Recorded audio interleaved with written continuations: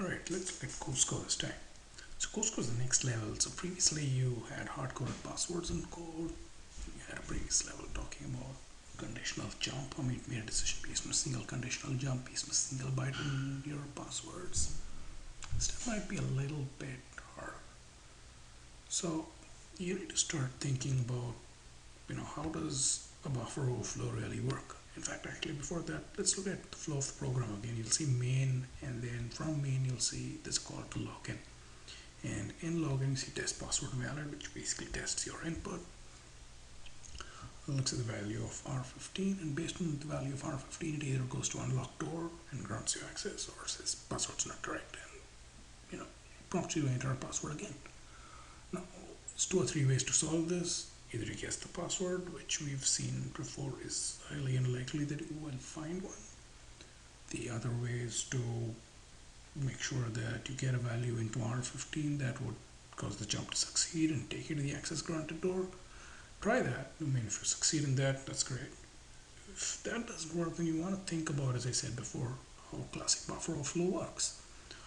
Once main actually finishes executing, once main actually finishes calling login, where does it actually return? I mean, at some point of time, login finishes, right? Think of it, when login finishes, when 4438 you have a call to 4500 login. Once that finishes, where does the program actually return? It has to return so the rest of the program can execute, right? So at this point of time, if this is all going over your head, I would definitely take a step back and read some classic buffer overflow tutorials and think of how buffer overflow actually works, and what's the purpose of a buffer overflow in the first place. Once you're clear about that, what's the ending of this particular program? This particular microcorruption game. Most levels have a certain end goal. What's the aim of that goal? Where are those bits implemented? And do you really have control over any of those bits? As in, can you decide which bit to call when? If you can, you have the answers of all of that, and you've looked at the program reasonably carefully, I think you should be in a fairly decent position to solve this now.